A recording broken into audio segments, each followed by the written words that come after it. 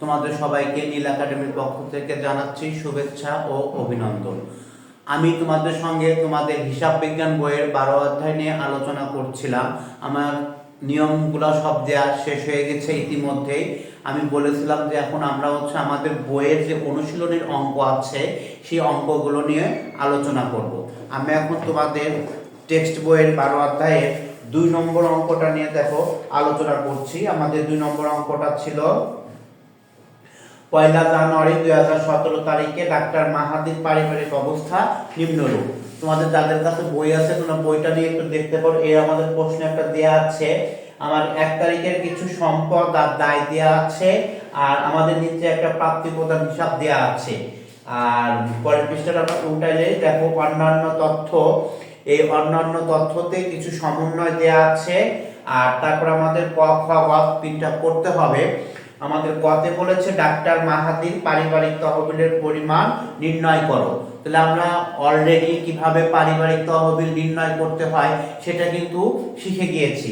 দেখো আমি তোমাদের জন্য এখানে লিখেছি ডাক্তার মাহাদির পারিবারিক তহবিলের পরিমাণ নির্ণয়। তাহলে এই পারিবারিক তহবিল আমাদের কি আসবে? আমি বলেছিলাম যে আমাদের 1 তারিখের সম্পদ থেকে 1 তারিখের দায় বাদ দিতে হবে। তাহলে দেখো আমি 1 তারিখের সম্পদ, তোমাদের যাদের কাছে বই আছে তোমরা অবশ্যই বইটা কাছে নিয়ে রাখবে। দেখো এই যে 1 তারিখে সম্পদের ভিতর ছিল আমাদের বাড়ি ঘর 10 লাখ টাকা, তারপরে আমাদের আছে আসবাবপত্র 90,000 টাকা, তারপরে বিনিয়োগ 10,000 টাকা, গহনাপত্র 80,000 টাকা, হাতে নগদ 3,000 টাকা। এই হচ্ছে আমার 1 তারিখে সম্পদ ছিল, যোগ করে হয়েছে 11,83,000 টাকা।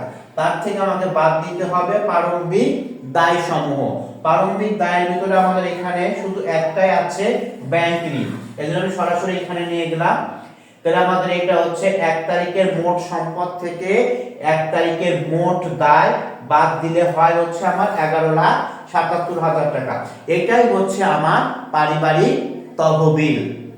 তাহলে এখানে দেখো একেবারে সহজ একটা অঙ্ক, জাস্ট শুধু এই যে 1 তারিখের সম্পদ থেকে 1 তারিখের দায় বাদ দিয়ে দিলাম।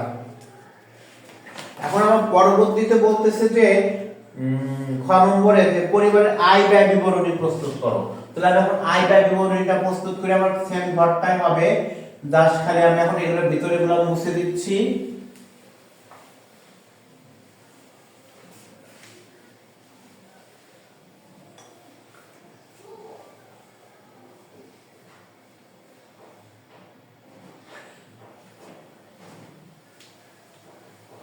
আয় ব্যয় বিবরণীতে আমাদের হেড লিখতে হবে। হেড লেখাটা তোমাদের পরে শেখাবো, জাস্ট আমি শুধু এখন সংক্ষেপে লিখে রাখছি আয় ব্যয় বিবরণী। এটা আমাদের হচ্ছে খ নম্বর। আমাদের চেয়েছে খ নম্বরে যে আয় ব্যয় বিবরণী। আয় ব্যয় বিবরণী। এখানে আমাদের যদি অন্যান্য তথ্য যেহেতু আছে, আমি টাকার ভাগ দিব হচ্ছে 3টা। আর এই আয় ব্যয় বিবরণীতে আমি তোমাদেরকে আগে অলরেডি বলে রেখেছিলাম, আয় থেকে ব্যয়গুলো আমরা জাস্ট বাদ দিয়ে দিব। আয় থেকে ব্যয় বাদ দিলে আমার হচ্ছে আয় ব্যয় বিবরণীটা হয়ে যাবে।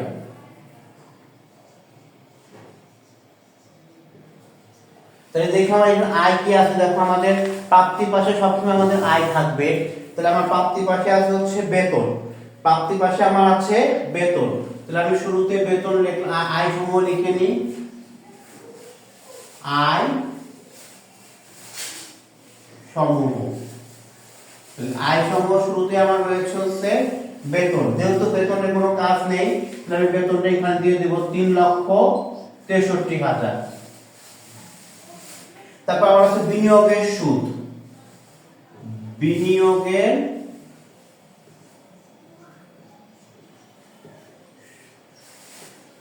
দেখো বিনিয়োগের সুদ আছে আমার হচ্ছে 1,500 টাকা। যেহেতু কাজ আছে এই জন্য আমি 1 নম্বর করে লিখলাম। আমাদের পরের পৃষ্ঠাতে যে দেখো কি বলছে যে বিনিয়োগের সুদ 1,000 টাকা এখনো পাওয়া যায়নি। তার মানে এটা কি আছে আমাদের যোগ, যোগ বকেয়া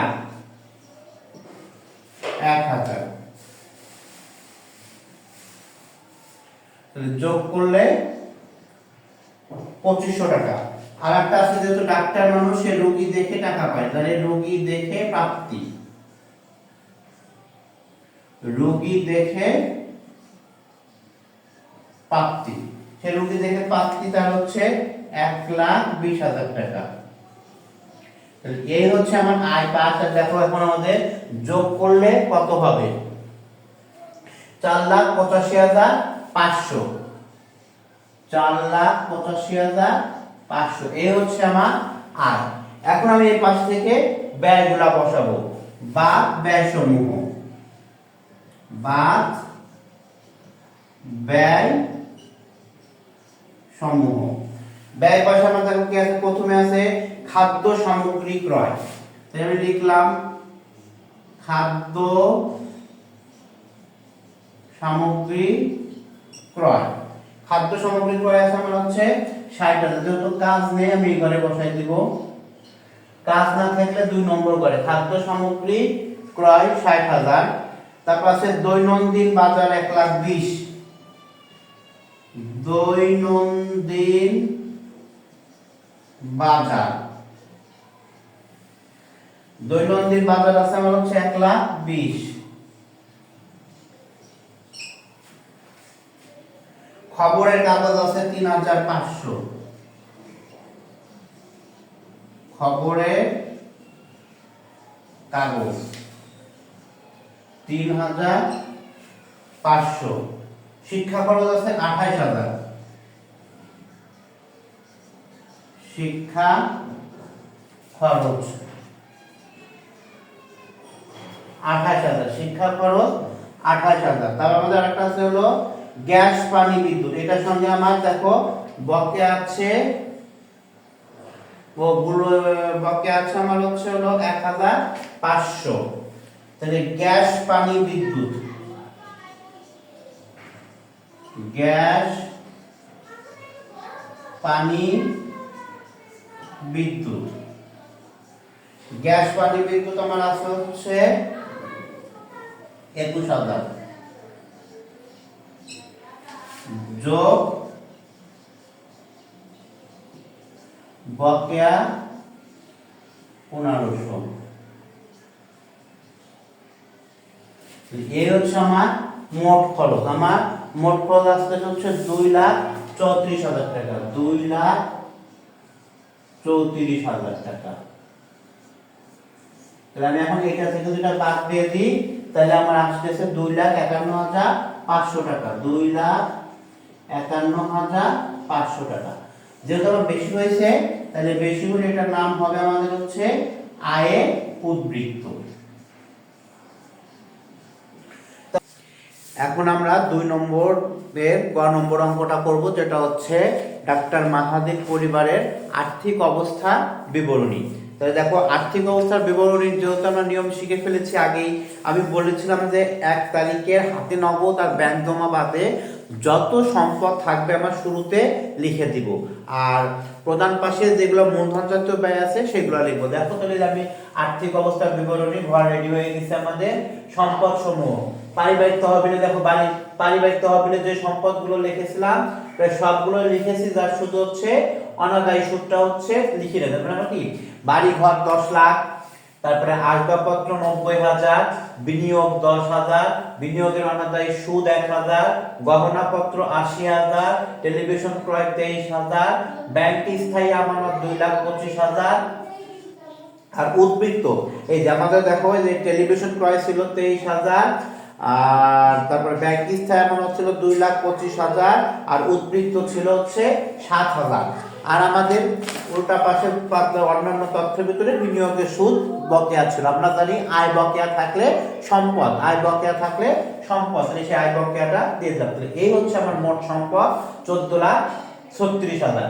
এখন আমার লিখতে হবে কি দায় ও পারিবারিক তহবিল। দায় ও পারিবারিক তহবিলের ভিতরে আমাদের শুরুতে পারিবারিক তহবিল আমরা কতে বের করেছিলাম 11,77,000, তার সঙ্গে খতে আয়ের উদ্বৃত্ত ছিল 2,51,500। তোমরা ইচ্ছা করলে এখানে এটা লিখে দিতে পারো যে পারিবারিক তহবিল এটা আমি ক থেকে পাইছি, ক হতে পাই, আর আয়ের উদ্বৃত্তটা পাইছি হচ্ছে আমরা খ হতে পাই। তাহলে এই দুইটা যোগ করে দিলাম। আর আমার এখানে হচ্ছে দেখো আমার দায় এখানে খুব একটা দায় থাকে না, ব্যাংক ঋণটাই শুধু আমাদের দায় হিসাবে থাকে। ব্যাংক ঋণ ছিল আমার হচ্ছে ৬০০০ টাকা, আর হচ্ছে আমাদের গ্যাস পানি বিদ্যুৎ বিলের বকেয়া খরচ ছিল ১৫০০ টাকা, যোগ করে দিলাম তাহলে ১৪,৩৬,০০০ টাকা। তাহলে মোট দায় আর পারিবারিক তহবিল, তাহলে আমার মোট সম্পদ ১৪,৩৬,০০০ টাকা হয়েছে, আর মোট দায় ও পারিবারিক তহবিল ১৪,৩৬,০০০ টাকা হয়ে গিয়েছে। তাহলে আমাদের যেহেতু সম্পদ আর দায় মিলে গেছে, এই অঙ্কতে আমরা আশা করি আমাদের কোনো একটা ভুল নাই। তাহলে দেখো এটা খুব সহজেই কিন্তু আমরা পারিবারিক আর্থিক অবস্থার বিবরণীটা করে ফেললাম। এটাতে ভয় পাওয়ার তেমন কিছু না, জাস্ট ১ তারিখে সম্পদ বসাবো আর প্রাপ্তি পাশে আমার যে মূলধন জাতীয় ব্যয়গুলো দেয়া থাকবে সেগুলা বসাবো। দায়ের ভিতরে কিছুই থাকে না, জাস্ট কিছু বকেয়া খরচ থাকতে পারে, আর থাকতে পারে আমাদের পারিবারিক তহবিল আমাদের থাকবে সেটা, আর ঋণ। তাহলে এই অধ্যায়টা তোমরা পরীক্ষাতে অবশ্যই করবে। ঠিক আছে বন্ধুরা, তাহলে ভালো থাকবে সবাই।